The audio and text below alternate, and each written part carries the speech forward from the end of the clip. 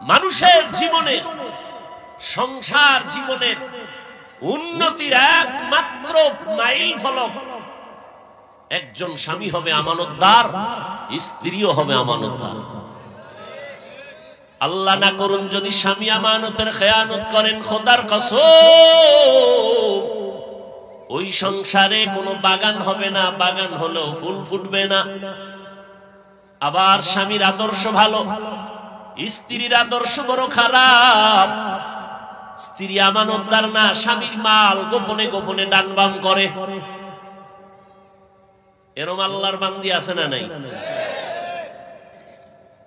তাও আবার ডানবাম করতে গিয়া মাদ্রাসায় দান করে না, মসজিদেও করে না, গুনাহের কাজে ব্যয় করে।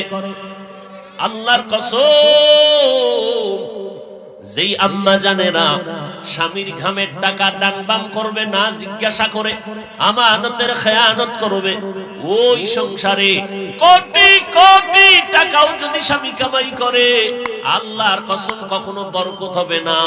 ওই কামাই রুজি দিয়া কোনো শান্তির বাতাস পাবে না। পয়গম্বর বলেন, ক্বালান নবী সাল্লাল্লাহু আলাইহি ওয়া আলিহি ওয়াসাল্লাম, লা ঈমানা লিমান লা আমানাতা লাহ।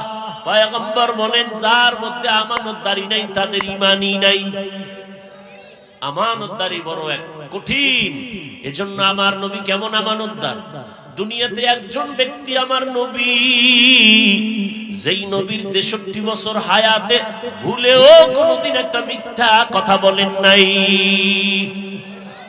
ও পণ্ডিতেরা, ও যুবকেরা, ও শিক্ষিত মুসলমান, একজন নেতার নাম বলো যে মিথ্যা কথা বলে নাই। একজন মনীষীর নাম বলো জীবনে মিথ্যা বলে নাই। একজন মনীষীর নাম আমরা বলে দিলাম, এর সমকক্ষ কেউ নাই।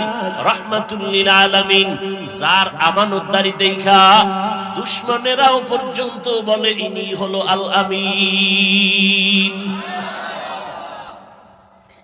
দেখেন নবীর দুশমনি করে দিনে রাতে গোপনে প্রকাশ্যে, কিন্তু আমানতের টাকা রাখে মুহাম্মদের কাছে।